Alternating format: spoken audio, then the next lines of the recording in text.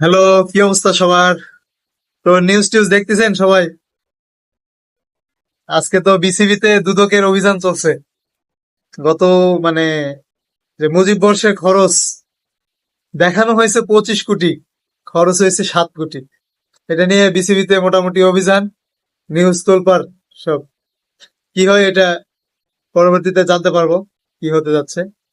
তো আরেকটা shocking news মোটামুটি 2 দিন ধরে চলতেছে মিডিয়াতে।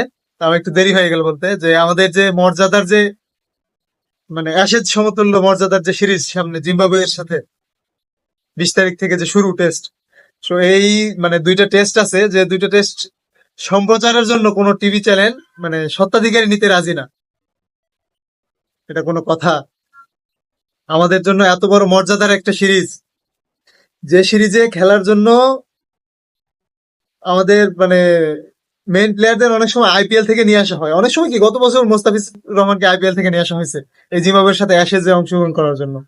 আমাদের যে মর্যাদার অ্যাশেজ সিরিজ, মানে আসলে এখানে আমি চিন্তা করলাম একটা ব্যাপার, যে আমরা সাধারণ পাবলিকরা চিন্তা করি যে জিম্বাবুয়ের সাথে কি কি দরকার, ভালো ভালো প্লেয়ারদের জিম্বাবুয়ের সাথে কেন খেলা দরকার, ভালো এত মেইন টিম জিম্বাবুয়ের সাথে কেন খেলতে হবে?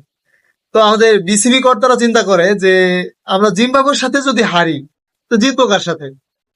এটা আমি উপলব্ধি করলাম, ব্যাপারটা মনে হয় এরকমই।